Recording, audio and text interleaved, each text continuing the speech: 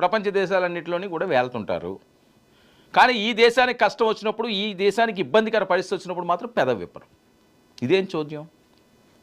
ఇదెక్కడ న్యాయం? అంటే భారతదేశ ప్రజలు అమాయకులు, ఫ్యాన్స్ అమాయకులు, వాళ్ళు ఏం మనల్ని గట్టిగా అడగర్లే, గట్టిగా మాట్లాడర్లే, మనం ఆడింది ఆట పాడింది పాట తానా తందానా అంటే ఎంజాయ్ చేద్దామని చూస్తున్నారు. ఎంతో కాలం జరగదు అది. దేనికన్నా సరే ఒక పరిమితి ఉంటుంది.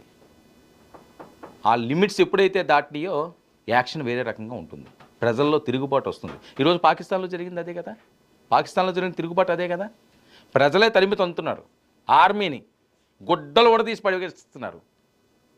ఎందుకు? ఎక్స్ అయిపోయారు. ప్రభుత్వాల్ని ఎవడరా నువ్వు అంటున్నారు, మా జీవితాలు ఇలా నాశనం అయిపోవడానికి కారణం మీరే అంటున్నారు.